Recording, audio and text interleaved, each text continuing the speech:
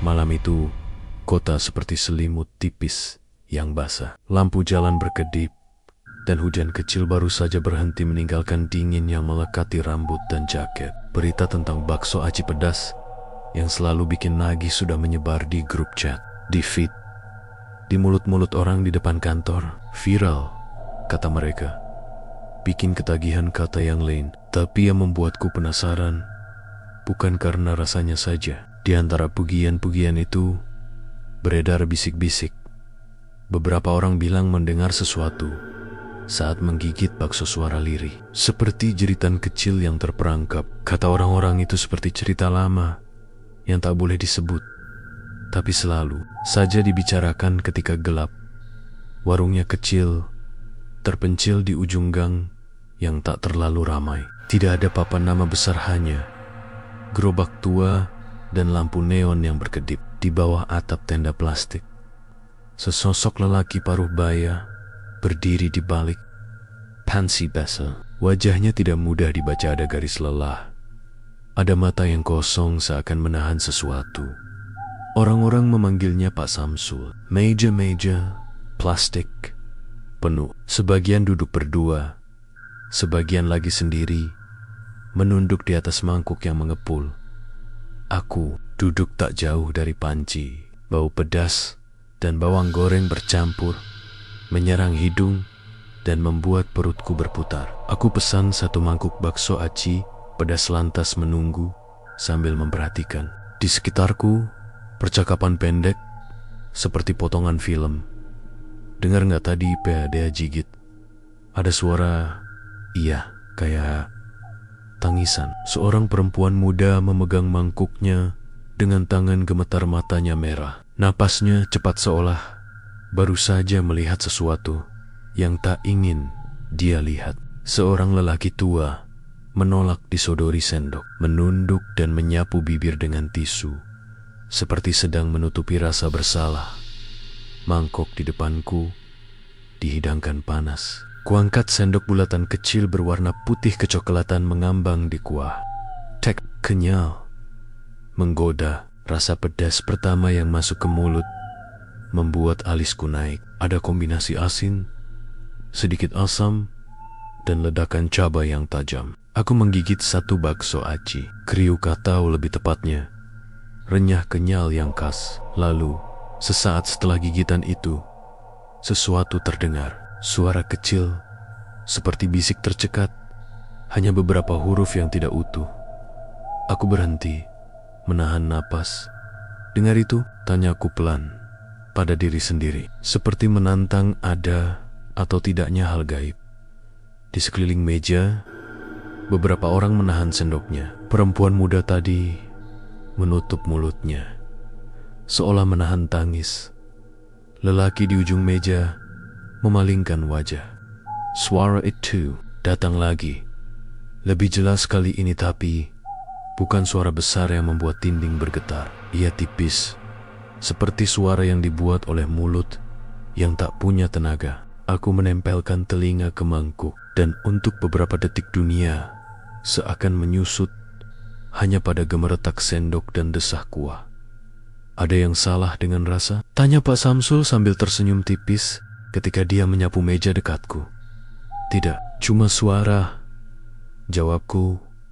Suaraku serak. Aku tidak ingin terdengar konyol. Dunia malam kerap membuat hal-hal biasa terasa luar biasa. Pak Samsul hanya mengangguk pelan. Banyak yang bilang begitu. Orang-orang memang suka rasa, tapi kadang lupa tanya dari mana rasa itu datang. Nada suaranya datar, seperti mengingatkan sesuatu yang tidak boleh diingat. Rasa penasaran mengalahkan rasa takut. Aku bukan orang yang mudah percaya pada cerita mistis, tapi juga bukan orang yang mau menertawakan kesedihan orang. Setelah makan, aku keluar dari tenda dan perhatikan gerobak dari samping. Di balik tumpukan bumbu, ada adonan putih di sebuah baskom. Tangan Pak Samsul mengambil adonan itu, menekan, memutar gerakannya sama seperti tukang bakso pada umumnya.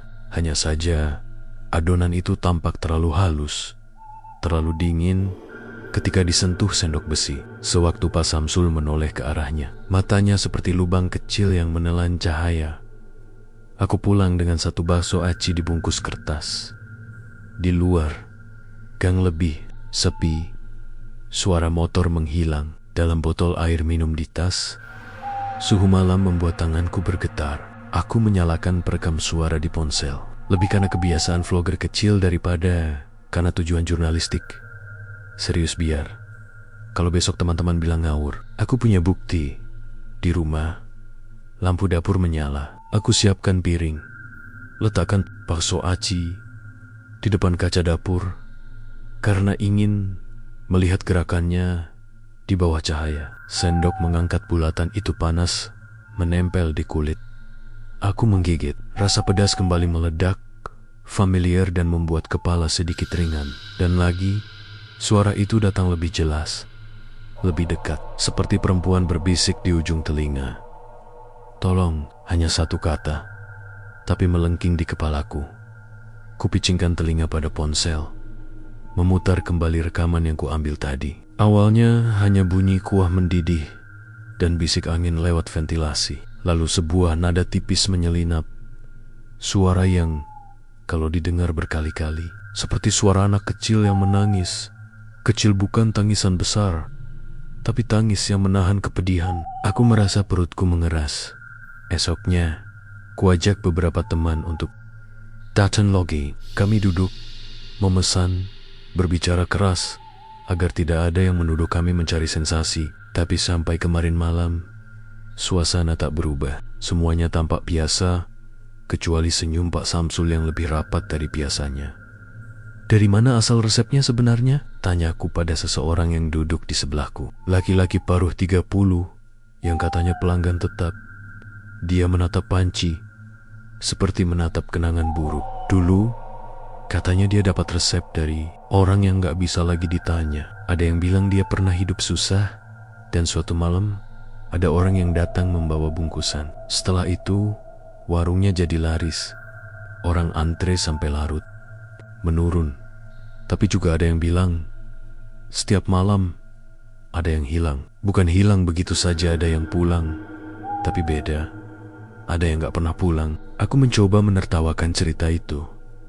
Mencoba menyela dengan sains, psikologi, reaksi kelompok apapun untuk menyingkirkan rasa takut. Namun saat sendokku menyentuh bakso, aku melihat sesuatu yang membuat tawa itu tersangkut di permukaan aci yang sudah digigit.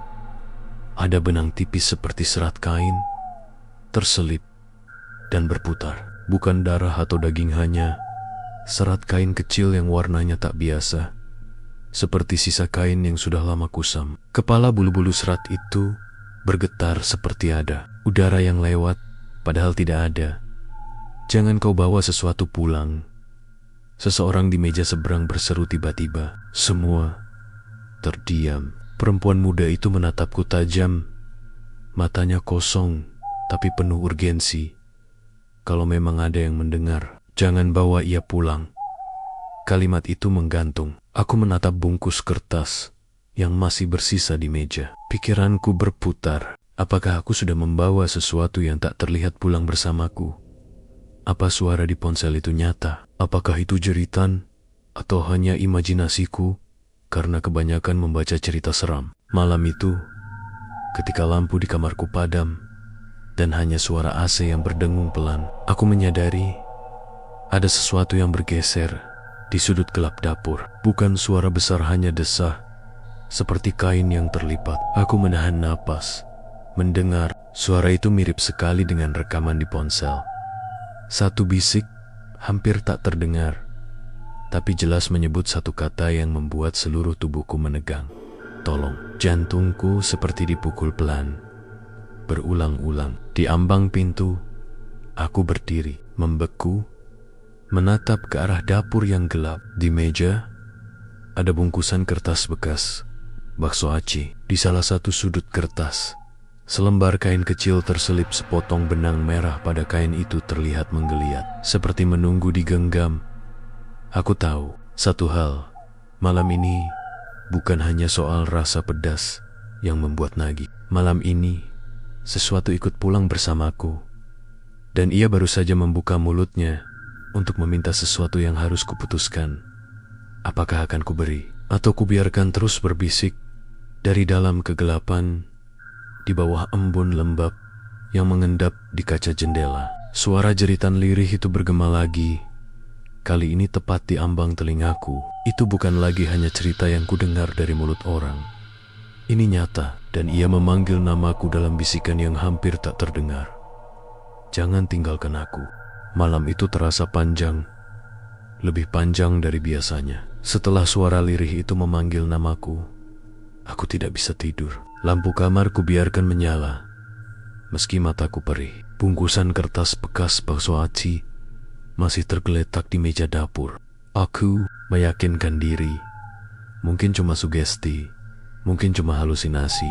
Tapi semakin aku mencoba menolak, semakin jelas suara itu terdengar di telinga. Tolong aku.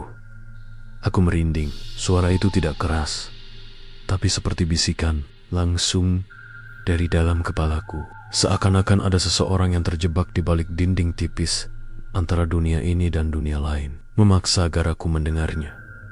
Aku mencoba memberanikan diri, berjalan pelan ke arah dapur. Lantai dingin membuat telapak kakiku bergetar. Saat ku tarik kursi dan menatap bungkus kertas itu, aku membeku. Di sudut kertas yang kemarin hanya ada sehelai benang merah, kini tampak noda kecil berwarna hitam pekat, seperti darah yang sudah lama mengering, dan yang membuat dadaku sesak. Noda itu perlahan membentuk pola mirip jejak tangan mungil yang menempel. Aku mundur, hampir terjatuh. Tidak, ini tidak mungkin nyata, gumamku. Namun sebelum sempat kubuang bungkus itu ke tempat sampah, suara tangisan lirih terdengar jelas dari dalam kertas tersebut. Tangisan anak kecil. Aku lempar bungkus itu ke lantai. Tangisannya berhenti, sunyi. Tapi keheningan itu lebih menakutkan daripada suara tadi. Keesokan paginya, aku berangkat kerja dengan kepala berat. Kantor terasa biasa saja. Orang-orang sibuk dengan laptop dan kopi. Namun, pikiranku terus tertuju pada bakso aci itu. Aku mencoba mencari jawaban dengan membuka ponsel, mengetik kata kunci, bakso aci jeritan, warung Pak Samsul, korban bakso pedas, hasil pencarian samar-samar, kebanyakan forum yang dipenuhi gosip. Ada yang menulis bahwa dulu di sekitar lokasi warung itu pernah ada kasus orang hilang misterius. Sebagian besar tidak pernah ditemukan, sebagian ditemukan, tapi dengan kondisi aneh. Wajah pucat, mata kosong, dan lidah terikat kain merah. Aku merinding membaca. Benarkah itu kebetulan? Sore harinya, rasa penasaran mengalahkan ketakutanku. Aku kembali ke warung Pak Samsul. Warung itu tetap ramai. Antre. Wajah mereka terlihat bahagia, seolah tidak pernah merasakan jeritan yang kudengar. Aku memperhatikan mereka makan. Tidak ada yang terlihat ketakutan. Padahal aku tahu sebagian besar pasti mendengar sesuatu. Hanya saja mereka memilih diam atau pura-pura tidak tahu. Pak Samsul menatapku ketika aku duduk. Senyum tipisnya membuat bulu kuduku berdiri. Kembali lagi, tanyanya. Aku menelan ludah. Ya, rasanya enak. Dia tertawa pelan, tapi tawanya tidak hangat, lebih mirip suara besi beradu. Rasa selalu menutupi yang lain.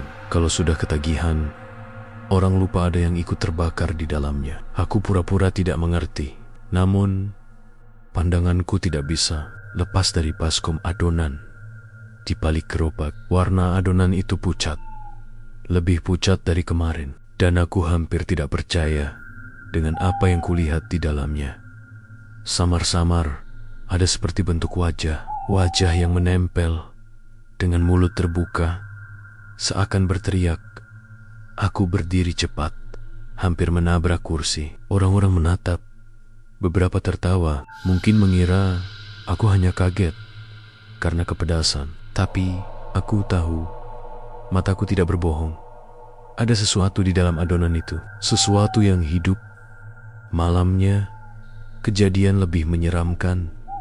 Aku baru saja memejamkan mata ketika terdengar suara sendok beradu, mangkuk dari dapur. Ting ting ting pelan tapi berulang. Aku membuka mata. Jantung berdegup cepat.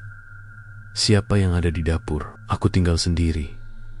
Dengan langkah berat, aku berjalan ke arah suara. Lampu dapur redup. Di meja, mangkuk kosong yang kemarin kupakai makan tiba-tiba sudah terisi penuh dengan bakso aci, padahal aku tidak pernah membuatnya lagi. Asap panas mengepul, pedas cabai menusuk hidung, dan dari mangkuk itu jelas terdengar suara-suara lirih, jeritan kecil, rintihan, tangisan bercampur jadi satu.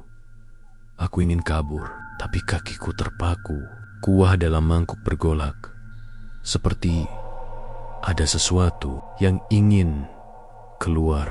Lalu, perlahan, salah satu bakso bergerak sendiri. Retakannya terbuka sedikit dan dari celah itu muncul mata kecil yang menatap langsung padaku. Aku menjerit. Bakso itu jatuh ke lantai, pecah, dan dari dalamnya keluar benang merah yang panjang.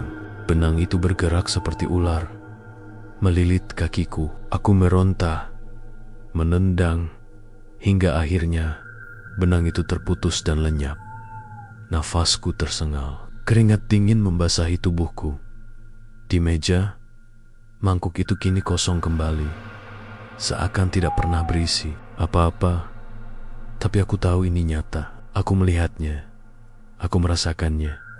Sejak malam itu, suara jeritan mengikuti kemanapun aku pergi. Di kantor, di bus, bahkan di kamar mandi. Kadang lirih, kadang jelas sekali, memanggil-manggil. Tolong aku, bebaskan aku. Aku tidak tahu siapa yang berbicara, tapi satu hal yang mulai kusadari. Suara itu tidak ingin menyakitiku. Suara itu meminta pertolongan. Pertanyaannya, siapa yang harus kutolong? Dan bagaimana caranya? Kalau setiap kali aku mendekat ke sumbernya, aku justru semakin terjebak dalam lingkaran bakso aci pedas itu, bersama jeritan jiwa-jiwa yang terperangkap di dalam adonan. Dan malam itu, untuk pertama kalinya, suara itu tidak hanya berbisik. Ia menjerit keras hingga kaca jendela kamarku bergetar. Lepaskan aku. Aku terbangun dengan napas memburu, dan di sudut kamar, kulihat sosok samar berdiri. Wajahnya pucat, mulutnya terikat kain merah, tangannya terulur ke arahku. Bukan lagi sekadar suara. Kali ini, jeritan itu sudah menjelma wujud. Aku berdiri kaku, tubuhku seperti batu. Sosok itu masih di sudut kamar. Samar diterangi cahaya lampu tidur. Wajahnya pucat, nyaris transparan, dan di mulutnya terikat kain merah yang kusut, seakan-akan sudah membusuk karena terlalu lama menutup. Tangannya terulur ke arahku. Jari-jari kurusnya bergetar, seolah memaksa aku mendekat. Aku ingin lari, ingin menutup mata, tapi kakiku tak bisa digerakkan. Suara itu kembali terdengar, tidak lagi hanya dalam kepalaku, melainkan memenuhi seluruh ruangan. Lepaskan. Aku gemetar. Siapa kamu? Tanyaku pelan, hampir tanpa suara. Sosok itu tak menjawab dengan kata-kata. Matanya berair. Lalu perlahan kain merah di mulutnya melonggar sendiri. Suara jeritan keluar begitu saja, begitu keras, sampai telingaku berdengung. Aku menutup telinga, tapi jeritan itu tetap menembus kepalaku. Tiba-tiba, lampu kamar padam, gelap total. Dalam kegelapan, aku merasakan napas dingin tepat di telingaku. Lalu bisikan yang membuat darahku membeku. Pak Samsul, dia yang mengurungku di adonan itu. Pagi harinya aku bangun dengan wajah pucat, tubuh lemah, seakan semalaman berlari. Di meja, bungkusan kertas bekas bakso aci yang semalam sudah kubuang, kini kembali ada di sana. Aku tahu aku tidak salah. Aku melihatnya sendiri, tergeletak di tempat sampah. Namun entah bagaimana, ia kembali ke meja. Kain merah kecil itu juga masih ada, terlipat dengan noda hitam samar.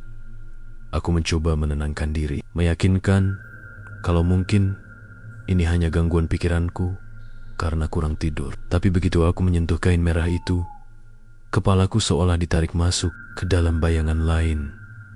Aku melihat sebuah ruangan gelap, seperti gudang. Ada ember-ember besar, dan di salah satunya terdapat adonan putih pekat. Tangan-tangan manusia muncul dari permukaannya, melambai, berusaha keluar, tapi selalu tenggelam lagi. Suara jeritan menggema dari setiap ember, ratusan, ribuan. Dan di tengah ruangan itu berdiri Pak Samsul, wajahnya tanpa ekspresi sambil menggaduk adonan dengan spatula besar. Di belakangnya, sebuah sosok tinggi gelap berdiri. Aku tak bisa melihat wajahnya, hanya matanya yang merah menyala. Sosok itu menaruh sesuatu di telinga Pak Samsul, seperti bisikan. Dan setiap kali bisikan itu berakhir, Pak Samsul menambahkan sehelai kain merah ke dalam adonan. Aku tersentak, kembali ke kamarku dengan napas tersengal. Keringat deras menetes. Jadi benar, jeritan itu berasal dari orang-orang yang dikorbankan. Jiwa mereka dikurung di dalam adonan, dan kain merah adalah kuncinya. Aku sadar, aku tidak bisa terus diam. Jika benar ini tumbal manusia, maka harus ada cara untuk membebaskan mereka. Tapi bagaimana? Malam itu aku kembali ke warung Pak Samsul. Aku berdiri agak jauh, memperhatikan dari balik pohon. Warung masih ramai, pembeli datang silih berganti. Namun semakin lama aku mengintip, semakin banyak hal aneh yang kutemukan.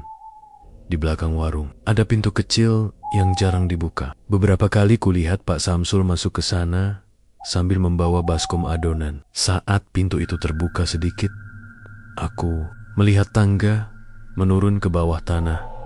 Dadaku berdegup kencang. Itu pasti tempatnya, gumamku. Aku menunggu warung agak sepi. Saat Pak Samsul sibuk melayani pembeli, aku berjalan pelan ke belakang. Pintu kecil itu terbuka sedikit, seolah menantiku. Dengan napas berat, aku menuruni tangga. Udara bawah tanah lembab dan dingin. Bau amis menyengat hidung, bercampur dengan aroma cabai. Aku menyalakan senter dari ponsel dan langsung ingin menjerit. Ruangan itu penuh dengan ember besar berisi adonan. Dari setiap ember terdengar jeritan lirih, rintihan, tangisan. Ada tangan yang keluar sebentar, lalu tenggelam lagi. Ada Wajayang muncul di permukaan. Matanya melotot, mulutnya berteriak tanpa suara. Aku hampir muntah. Lalu, dari kegelapan, terdengar langkah kaki. Suara spatula diseret di lantai. Pak Samsul muncul dengan wajah dingin, matanya kosong. "Kau tidak seharusnya ada di sini," ucapnya datar. Aku mundur, tapi dia terus melangkah. Semua orang datang untuk rasa, tapi mereka tidak tahu rasa itu harus dibayar. Dia mengangkat spatula besar itu dari yukennya, menetes cairan merah gelap. Aku yakin itu bukan cabai. Aku berlari ke arah tangga, tapi pintu sudah tertutup rapat. Suara jeritan dari ember-ember semakin keras, seperti ikut panik melihatku. Tiba-tiba, sebuah tangan pucat mencuat dari adonan, menarik kakiku. Aku terjatuh, hampir terseret masuk. Dalam keputusasaan, aku mengeluarkan kain merah kecil yang semalam ada di kamarku. Begitu kain itu kuangkat, tangan yang menarikku langsung melepaskan. Jeritan di seluruh ruangan mendadak berhenti, berganti bisikan serempak babaskan kami. "Bakarlah kain itu." Pak Samsul berhenti melangkah, matanya melebar, melihat kain merah di tanganku. Untuk pertama kalinya, ekspresinya berubah marah. "Dari mana kau dapat itu?" "Itu milik mereka. Berikan padaku." Dia berlari ke arahku. Spatula terangkat tinggi. Aku panik, meremas kain merah itu erat-erat, dan entah bagaimana, kain itu tiba-tiba terbakar sendiri di tanganku. Meski aku tidak membawa api, Jeritan kembali terdengar. Kali ini lebih keras, memenuhi seluruh ruangan. Ember-ember bergetar, adonan di dalamnya meluap seperti ombak. Wajah-wajah yang tenggelam tadi muncul ke permukaan, menjerit, melolong. Pak Samsul terhuyung, menutup telinganya, lalu jatuh berlutut. Aku berlari sekuat tenaga, mendorong pintu sampai terbuka, lalu naik ke atas. Di belakangku, suara jeritan dan ledakan bergema dari ruang bawah tanah itu. Aku berhasil keluar, terengah-engah di gang gelap. Warung itu terlihat biasa, seakan tidak ada yang terjadi. Tapi dari dalam, samar-samar aku masih bisa mendengar jeritan yang memudar. Aku memandang kain merah yang kini tinggal abu di tanganku. Namun sebelum sempat aku merasa lega, sebuah suara berbisik pelan di telingaku, jauh lebih dingin dari sebelumnya. Kau sudah membuka kuncinya, tapi belum membebaskan semuanya. Aku terdiam. Jika jeritan itu benar, maka membakar satu kain merah saja tidak cukup. Masih ada banyak jiwa yang terperangkap di dalam adonan. Dan aku tahu ini baru permulaan. Gang tempat warung bakso aci itu kini seperti punya wajah lain bagiku. Siang hari tampak biasa saja. Anak-anak berlari, ibu-ibu belanja sayur, motor berseliweran. Tapi setiap kali aku melewati gang itu, dadaku selalu terasa berat, seolah ada tangan tak kasat mata yang menekan. Sejak kain merah itu terbakar di tanganku, aku tahu jeritan mereka tidak berhenti, justru semakin kuat, semakin jelas. Setiap malam, suara-suara itu membanjiri kepalaku. Masih banyak yang terikat. Dia tak akan berhenti. Lepaskan kami semua. Aku tidak bisa tidur. Mata hitamku semakin pekat. Tubuhku lemah. Aku mencoba menceritakan pada seorang teman dekat di kantor, Dani, tapi dia hanya tertawa. Kau kebanyakan baca cerita horor di internet. Itu cuma efek sugesti. Namun, pada malam yang sama, Dani menghubungiku lewat pesan singkat. Dani, aku coba beli bakso aci itu bro. Enak gila. Tapi, kenapa pas ku gigit, kayak ada anak kecil nangis? Jangan bercanda. Ya, kau pernah dengar begitu juga kan? Aku terdiam membaca pesannya. Jadi aku tidak gila. Jeritan itu nyata.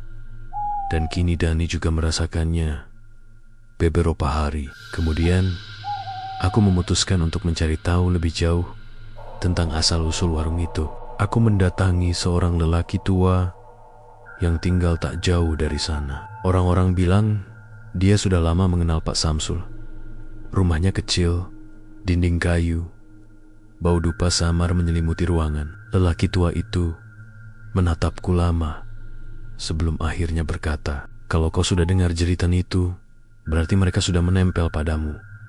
Kau tidak bisa lagi berpura-pura tidak tahu. Aku tercekat. Apa maksudnya, Pak? Dia menghela napas panjang.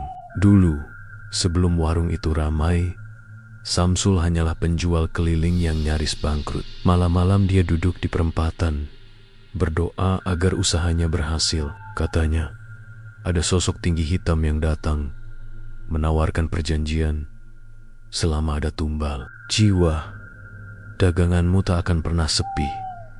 Aku merinding. Jadi, jiwa itu dimasukkan ke adonan. Orang tua itu mengangguk pelan, bukan dimasukkan, tapi diikat. Kain merah itu tanda ikatan. Selama kain itu masih ada, jiwa mereka tidak. Aiken Perji. Aku menggenggam tanganku, teringat kain merah yang sempat terbakar di tanganku. Kalau begitu, bagaimana cara membebaskan mereka? Tatapan lelaki tua itu kosong. Lalu ia berkata lirih, untuk membuka semua ikatan, kau harus menghancurkan pusatnya, tempat di mana semua kain merah disimpan.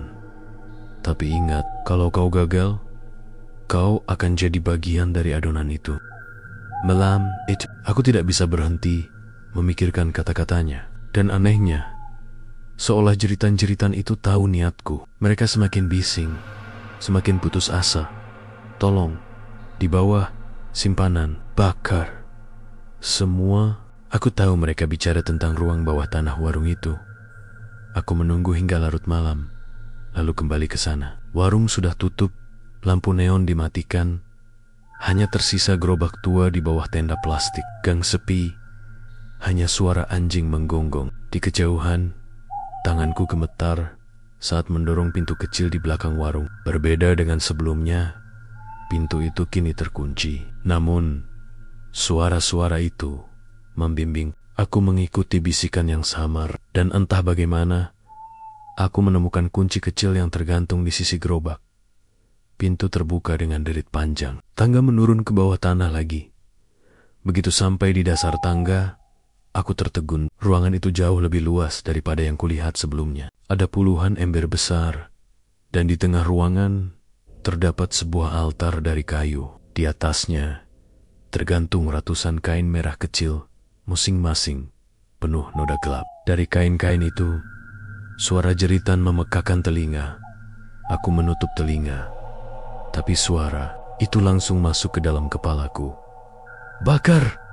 Bakar semuanya! Tanganku gemetar. Aku membawa korek api dan bensin kecil yang kupersiapkan sebelumnya. Saat aku mendekat ke altar, tiba-tiba udara menjadi sangat dingin. Cahaya senter ponsel bergetar, dan dari bayangan muncul sosok tinggi hitam. Matanya menyala merah, sama persis dengan sosok yang kulihat dalam penglihatan.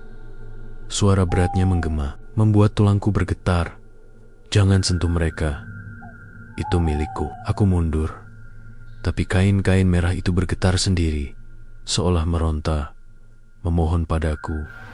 Jeritan semakin keras. Aku tahu, aku harus cepat. Aku menyalakan korek api. Api kecil itu bergetar di tanganku. Sosok hitam itu meraung marah, membuat seluruh ruangan berguncang dari ember-ember. Tangan pucat bermunculan, menarik-narikku agar jatuh ke adonan. Aku hampir terhisap, tapi aku berhasil menjatuhkan api ke altar yang sudah kusiram bensin. Dalam sekejap, kain-kain merah itu terbakar. Api menyala terang, menerangi ruangan gelap. Jeritan berubah menjadi teriakan lega, campur aduk antara sakit dan kebebasan. Sosok hitam itu meraung keras, lalu perlahan memudar bersama api yang melahap kain-kain merah. Pak Samsul muncul dari kegelapan. Matanya merah, wajahnya penuh amarah. Kau sudah merusak segalanya, teriaknya. Suaranya serak. Diablerie, arahku dengan spatula besar.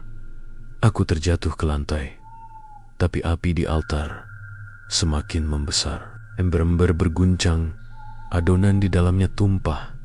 Wajah-wajah pucat keluar dan lenyap jadi asap. Suara mereka terdengar terakhir kali. Terima kasih. Pak Samsul menjerit. Tubuhnya terbakar oleh api yang merambat dari altar. Diablerie meraihku, tapi semakin lama tubuhnya berubah menjadi abu, hingga akhirnya lenyap. Aku berhasil naik ke permukaan dengan napas terengah.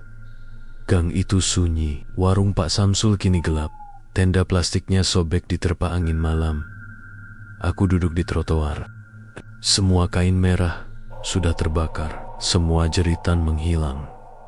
Atau setidaknya, aku pikir begitu, karena ketika aku menutup mata, sebuah suara halus masih terdengar di telingaku. Bukan jeritan kali ini, tapi bisikan dingin yang membuatku kembali merinding. Terima kasih sudah membebaskan mereka, tapi masih ada yang tertinggal. Aku membuka mata cepat. Di genggaman tanganku, abu kain merah yang terbakar tadi membentuk huruf-huruf kecil, namaku sendiri. Aku sadar, perjanjian itu belum sepenuhnya berakhir. Sesuatu masih menahanku dalam lingkaran kutukan pedas itu. Dan mungkin sekarang aku yang harus membayar harganya. Malam itu, setelah api melahap seluruh kain merah di ruang bawah tanah warung, aku pikir semuanya selesai. Jeritan-jeritan itu telah sirna. Wajah-wajah pucat yang terperangkap di adonan sudah lenyap jadi asap. Dan sosok hitam itu ikut musnah bersama altar. Aku duduk di depan warung kosong, napas terengah. Tubuh lemah seakan baru saja disedot seluruh tenaganya. Namun kenyataan tak pernah sesederhana itu. Saat aku menutup mata, suara baru muncul, pelan dan dingin, seolah langsung menyusup ke dalam kepalaku. Kau sudah membuka pintu, tapi belum menutupnya. Aku terbangun kaget, menatap sekeliling. Gang itu sunyi, tapi di ujungnya kulihat sesuatu bergerak. Bayangan hitam panjang melintas cepat, lalu menghilang di balik tikungan. Aku merinding, sesuatu memang masih tertinggal. Keesokan paginya, berita mulai menyebar. Warung bakso Aci Pak Samsul ditutup mendadak. Beberapa orang bilang Pak Samsul kabur. Yang lain bilang warung itu terbakar dari dalam. Tapi yang paling menyeramkan, ada kabar beberapa orang pembeli setia mendadak hilang sejak malam kemarin. Aku membaca berita itu dengan kepala berat. Jadi benar, apa yang kubuat tidak membebaskan semuanya. Ada jiwa yang tidak ikut pergi. Dan mungkin ada yang malah ikut terjebak. Saat aku berusaha mencerna semuanya, ponselku bergetar. Pesan dari Dani masuk. Dani, bro, tadi malam aku mimpi buruk. Aku ketemu orang banyak yang wajahnya pucat. Mereka narik-narik tanganku. Katanya aku harus ikut. Pas bangun, telapak tanganku penuh bekas merah, kayak bekas ikatan kain. Apa ini ada hubungannya sama bakso aci itu? Tanganku gemetar membaca pesan itu. Aku tahu jawabannya, tapi sulit untuk menuliskannya. Dani sudah ikut terseret. Malamnya, aku tak bisa tidur. Aku menatap abu kain merah yang masih kusimpan di toples kaca. Harusnya abu itu tidak ada lagi. Tapi anehnya setiap kali kusingkirkan, ia kembali, seperti hidup. Bahkan, kadang abu itu bergerak sendiri membentuk huruf-huruf. Semalam ia membentuk namaku, dan kini ia membentuk satu kata lain, tumbal. Aku membek. Jangan-jangan, untuk menutup pintu perjanjian yang kubuka, harus ada pengganti tumbal. Dan yang dipilih adalah aku atau Dani. Beberapa hari kemudian, Dani mendatangiku. Wajahnya pucat, matanya sayu. Dia bercerita sambil gemetar. Aku sudah 3 malam mimpi yang sama. Ada tangan-tangan dari adonan menarikku. Aku dengar suara anak kecil nangis di telingaku. Mereka bilang aku harus gantiin seseorang. Bro, aku takut. Jangan-jangan ini gara-gara bakso itu. Aku menatapnya tanpa bisa dalam hati. Aku tahu jeritan-jeritan itu sudah menandai Dani.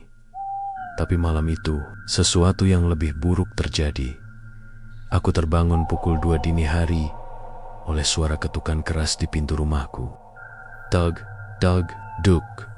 Aku berlari ke pintu, setengah panik. Saat kubuka, tidak ada siapa-siapa. Jalan depan rumah sepi. Tapi di depan pintu, ada bungkusan kertas berminyak, sama persis dengan bungkus bakso aci Pak Samsul. Tanganku bergetar saat membukanya. Di dalamnya ada 3 butir bakso aci, masih panas, mengepul, padahal warung itu sudah tutup. Dari bakso itu, suara lirih terdengar jelas. Harus ada tumbal baru, harus ada pengganti. Aku menjatuhkan bungkus itu. Bakso-bakso di dalamnya bergulir di lantai, retak. Lalu dari celahnya muncul benang merah yang bergerak seperti cacing hidup. Mereka merayap mendekatiku, mencoba melilit kakiku.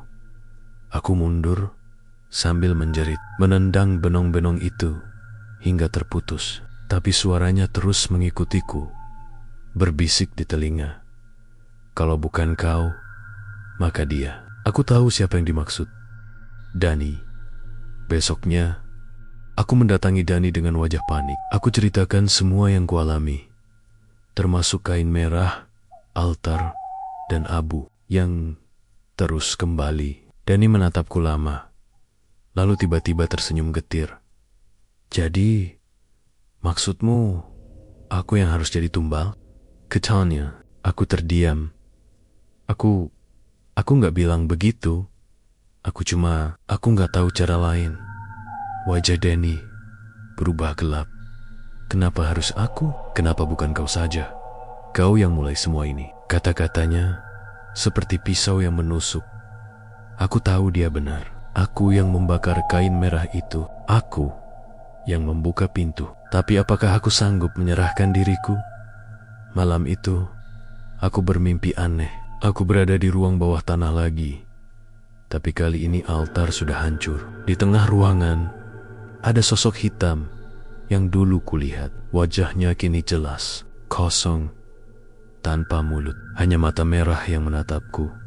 Sosok itu berbicara langsung ke dalam kepalaku. Perjanjian harus seimbang. Jiwa lama sudah bebas. Jiwa baru harus masuk. Kalau tidak, pintu akan terbuka lebih lebar. Dan semua akan keluar. Aku terbangun dengan keringat dingin. Di telapak tanganku ada bekas ikatan kain merah. Meski aku yakin tak ada apa-apa di sana sebelum tidur.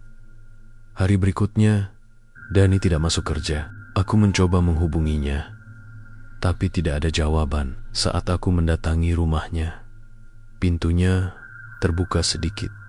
Di dalam, rumah itu berantakan, seperti ada yang meronta. Di meja makan, ada mangkuk berisi bakso aci, kuahnya merah pekat, dan dari dalamnya keluar suara lirih yang familiar. Tumbal sudah dipilih. Aku mendekat dengan tubuh gemetar. Saat kulihat lebih dekat, aku hampir pingsan. Di dalam mangkuk itu, samar-samar terlihat wajah Dani. Matanya terpejam, mulutnya terikat kain merah. Aku mundur sambil menjerit. Kini aku sadar, perjanjian itu tidak berhenti. Meski aku sudah membakar semua kain merah di altar, justru aku telah membuka jalan bagi sesuatu yang lebih besar.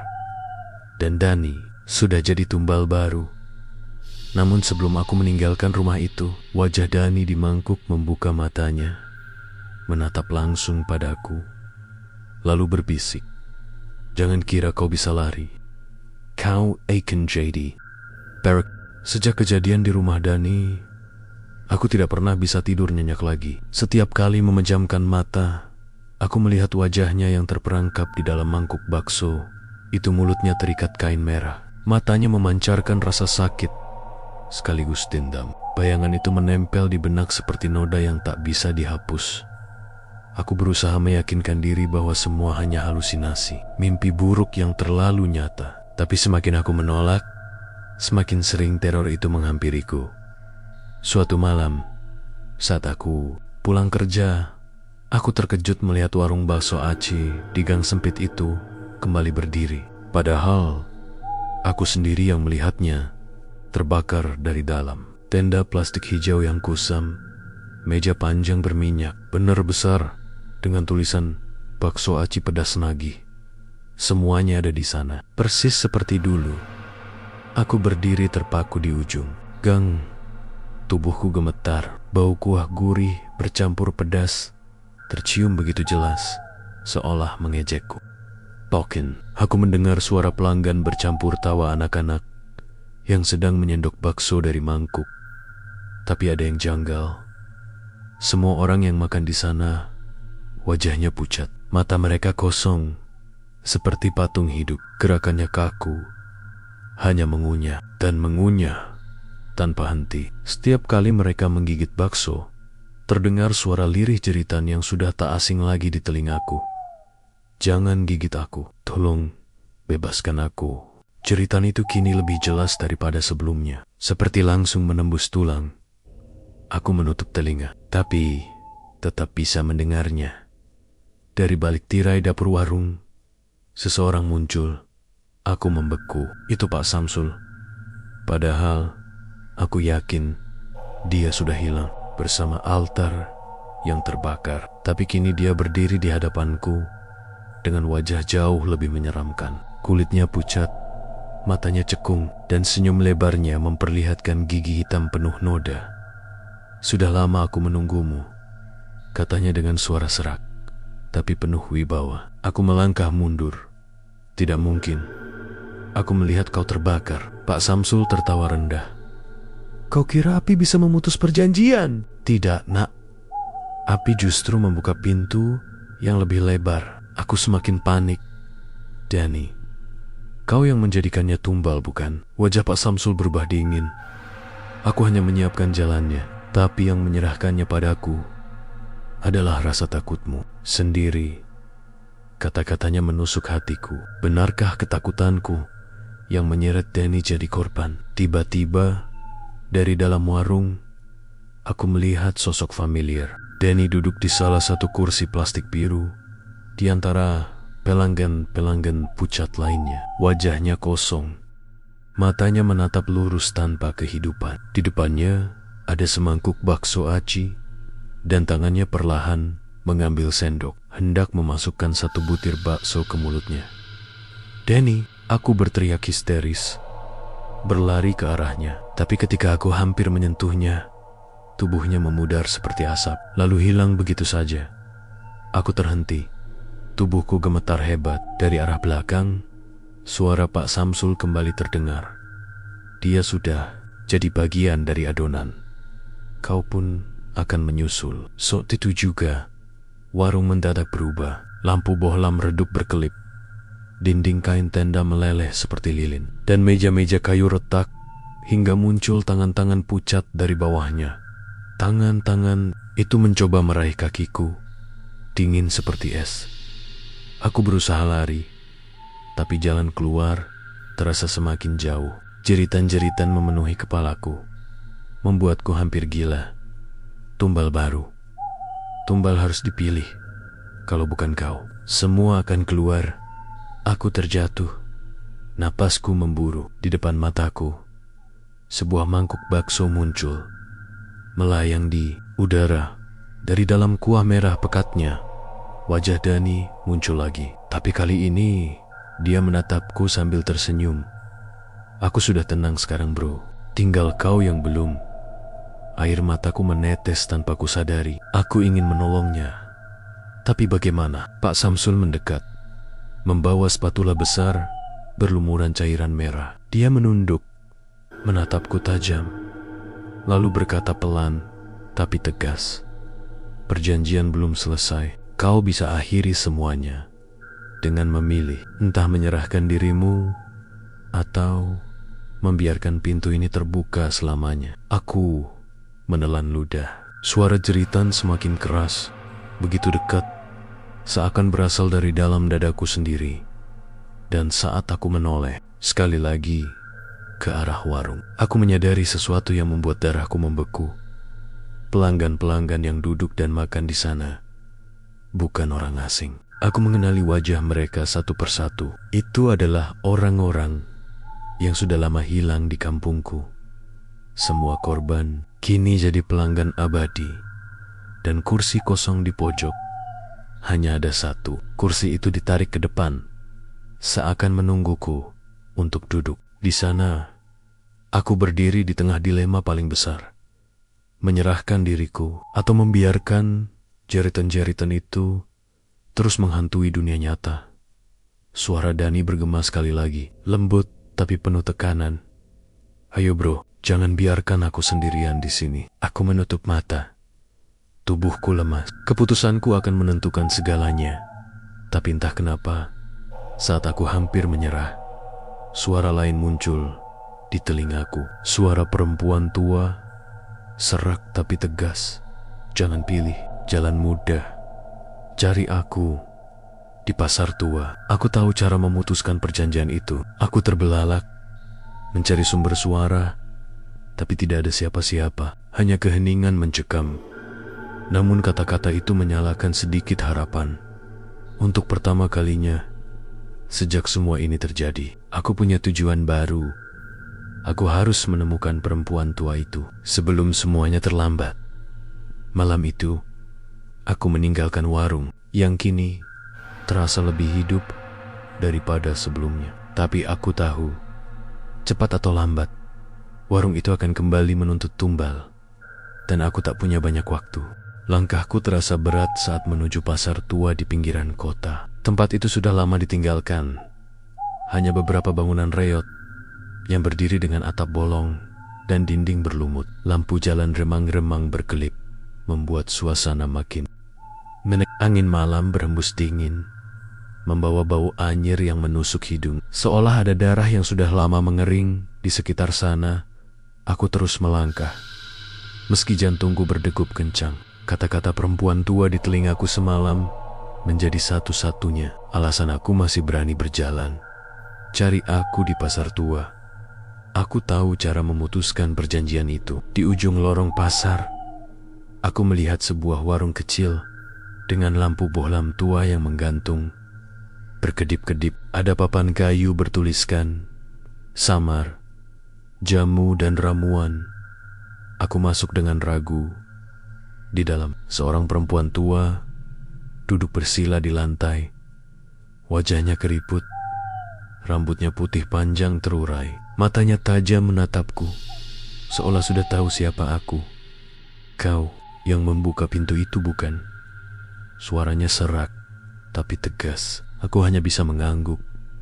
Tenggorokanku kering. Perempuan itu menghela napas panjang. Perjanjian darah tidak bisa dihapus begitu saja. Setiap jiwa yang dilepaskan harus diganti dengan jiwa baru. Kau sudah menyerahkan temanmu, tapi itu belum cukup. Warung itu masih hidup karena penunggu di dalamnya belum dipulangkan. Aku gemetar. Jadi, masih ada cara? Iya, men. Dalam-dalam ada, tapi risikonya besar. Kau harus masuk ke dalam dunia mereka dan memutuskan perjanjian itu dari sumbernya. Kalau kau gagal, kau akan terjebak selamanya. Perempuan tua itu memberikan sesuatu. Sebuah botol kecil berisi cairan hitam pekat dan sehelai kain putih yang sudah berbau kemenyan. Minum cairan ini saat kau masuk ke warung itu lagi. Kau akan melihat wujud asli mereka. Gunakan kain ini untuk mengikat penunggu utama.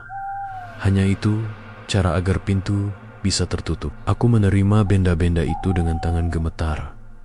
Tapi kalau aku berhasil, bagaimana nasib Dani? Perempuan itu menunduk. Jiwanya sudah terikat. Tidak ada jalan kembali. Tapi setidaknya kau bisa menghentikan jeritan lain agar tidak terulang. Hatiku hancur mendengar jawaban itu. Jadi aku tidak bisa menyelamatkan Dani. Tapi kalau aku berhenti sekarang, korban akan terus bertambah. Aku harus memilih, menyerah atau bertarung sampai akhir. Malam itu juga aku kembali ke gang sempit, tempat warung bakso Aci berdiri. Warungnya masih menyala terang, penuh pelanggan pucat yang terus mengunyah tanpa henti. Aku berdiri di depan pintu, membuka botol cairan hitam itu, dan meneguknya sekaligus. Rasanya pahit, seperti darah basi yang membakar kerongkongan. Pandanganku berkunang, tubuhku lemas. Tapi perlahan, mataku mulai melihat sesuatu yang berbeda. Para pelanggan berubah wujud, kulit mereka sobek. Wajah mereka hancur, sabajian tanpa mata. Sebagian lagi hanya tengkorak dengan rahang bergerak. Dari mulut mereka keluar jeritan panjang yang menusuk telinga. Aku hampir muntah melihatnya. Lalu dari dapur muncul sosok Pak Samsul. Tapi kali ini wujudnya bukan manusia lagi. Tubuhnya besar, membengkak, kulitnya hitam retok-retok, matanya merah, menyala, dan dari mulutnya menetes cairan merah kental. Di tangannya masih tergenggam spatula besar yang meneteskan darah. Selamat datang kembali. Suaranya bergema, berat dan menakutkan. Kursimu sudah menunggu. Aku melangkah masuk dengan kain putih di genggaman. Saat aku mencoba maju, para pelanggan tiba-tiba bangkit, berjalan ke arahku dengan tubuh patah-patah. Mereka meraih tanganku, kakiku mencoba menahanku. Aku meronta, berteriak, "Aku datang untuk mengakhiri semua ini." Pak Samsul tertawa menggelegar. "Tidak ada akhir, nak. Hanya perut yang terus lapar." Dia mengangkat spatulanya, siap menghantamku. Aku buru-buru menghindar, lalu berlari ke arah altar kecil yang muncul di ujung dapur. Altar yang sama dengan yang pernah kubakar dulu. Bedanya, kali ini altar itu jauh lebih besar, dikelilingi api merah yang berkobar tanpa henti. Aku tahu itulah sumbernya Dengan sisa tenaga, aku meraih kain putih dan melemparkannya ke altar. Seketika api merah itu berkobar lebih tinggi, lalu menyusut cepat. Tiba-tiba terdengar jeritan panjang, lebih keras dari sebelumnya, seolah ribuan jiwa berteriak bersamaan. Pak Samsul menjerit marah, tubuhnya bergetar hebat. Aku melompat ke arahnya, mengikatkan kain putih itu ke tubuh besarnya. Seketika kain itu menyala terang, membelit tubuhnya seperti rantai bercahaya. Dia meronta, melawan, tapi cahaya itu semakin kuat, membakar kulit hitamnya hingga terkelupas. Dari tubuhnya keluar asap hitam tebal, berisi wajah-wajah yang melolong kesakitan. Satu persatu mereka melayang ke udara, lalu menghilang. Pak Samsul terhuyung, suaranya melemah. Kau pikir kau sudah menang? Ingat, perjanjian selalu mencari jalan baru. Tubuhnya meledak jadi abu, lalu altar itu runtuh, hancur berkeping-keping. Aku terlempar ke lantai, kepalaku pusing, napasku memburu. Saat aku membuka mata, warung itu sudah hilang. Yang tersisa hanya gang kosong, gelap, dan sepi. Aku berdiri perlahan, memastikan bahwa semuanya benar-benar berakhir. Tidak ada jeritan, tidak ada bau darah, tidak ada pelanggan pucat. Tapi sebelum aku pergi, sesuatu membuatku terhenti di Yujenggang. Sebuah mangkuk bakso aci tergeletak di tanah. Dari dalam kuahnya, wajah Dani muncul sebentar, tersenyum samar. Aku masih di sini, bro. Lalu wajah itu lenyap, dan mangkuknya pecah berkeping-keping. Aku berdiri lama, tubuhku gemetar. Mungkin perjanjian sudah kututup, tapi jiwa Dani tetap terjebak selamanya. Dan aku tahu, meski warung itu lenyap malam ini, entah di mana, entah kapan, perjanjian itu bisa saja terbuka kembali. Karena jeritan selalu mencari tempat baru untuk terdengar.